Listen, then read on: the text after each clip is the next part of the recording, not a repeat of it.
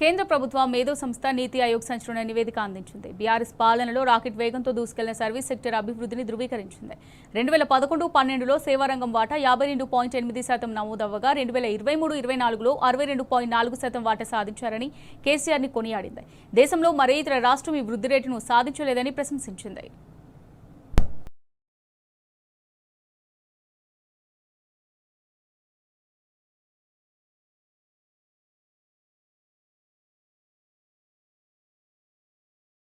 విప్లవాత్మకమైన మార్పులు తీసుకొస్తేనే రాష్ట్రం ఆర్థికంగా సర్వతోభివృద్ధి సాధిస్తుందని తెలంగాణ తొలి ముఖ్యమంత్రి కేసీఆర్ భావించారు. ఈ క్రమంలోనే ఐటీ, స్టార్టప్, ఆతిథ్య, వ్యాపార, రియల్ ఎస్టేట్ తదితర రంగాలకు కొత్త జవసత్వాలు అద్దారు. దీని ఫలితమే కేసీఆర్ పాలనలో సేవా రంగంలో తెలంగాణ రాకెట్ వేగంతో దూసుకుపోయింది.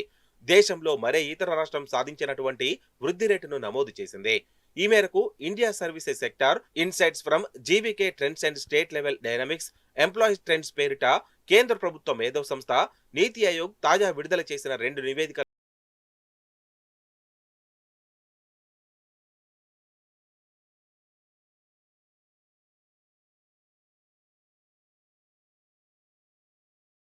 పాలనలో తెలంగాణ జీఎస్వీఏలో సేవారంగం వాటా 9.6% మేర పెరిగినట్లు నీతి ఆయోగ్ తెలిపింది.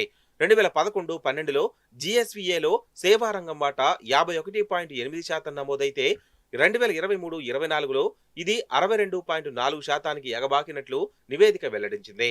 జాతీయ సగటు 54.5% కంటే ఇది దాదాపుగా 8% ఎక్కువగా ఉన్నట్టు తెలిపింది. సేవారంగం వాటా వృద్ధి రేటు ఎక్కువగా ఉన్న రాష్ట్రాల్లో తెలంగాణ అగ్రస్థానంలో ఉన్నట్లు నివేదిక ప్రశంసించింది. కేసీఆర్ పాలనలో ఐటీకి రారాజైన బెంగళూరును హైదరాబాద్ వెనక్కినట్టి అగ్రస్థానంలో నిలిచినట్లు నీతి ఆయోగ్ తెలిపింది. రియల్ ఎస్టేట్, నిర్మాణ రంగం, ప్రొఫెషనల్ సర్వీసెస్ తదితర రంగాలు 34.1% వాటా సాధించినట్లు తెలిపింది.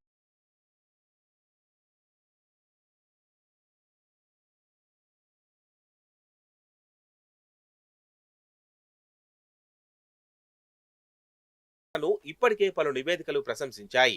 తాజాగా నీతి ఆయోగ్ కూడా కేసీఆర్ ప్రభుత్వ కార్యక్రమాలను ప్రత్యేకంగా కొనియాడింది. 2015లో అప్పటి కేసీఆర్ ప్రభుత్వం ప్రారంభించిన టీ హబ్, టీ వర్క్స్ ను విద్యార్థుల నైపుణ్య శిక్షణకు కేసీఆర్ సర్కార్ తెచ్చిన Telangana academy of skills and knowledge task కార్యక్రమాలను, వాటి ద్వారా జరిగిన లబ్ధిని నీతి ఆయోగ్ ఈ సందర్భంగా ప్రత్యేకంగా ప్రశంసించింది.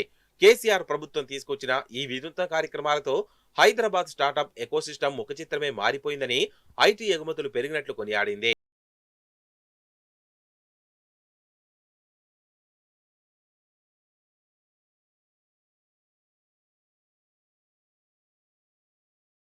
స్టార్టప్ సంఖ్య 2016లో 400 ఉండగా 2022 నాటికి వాటి సంఖ్య 2000 వరకు చేరుకోవడమే సేవారంగ వృద్ధి రేటుకు నిదర్శనంగా చెప్పవచ్చు.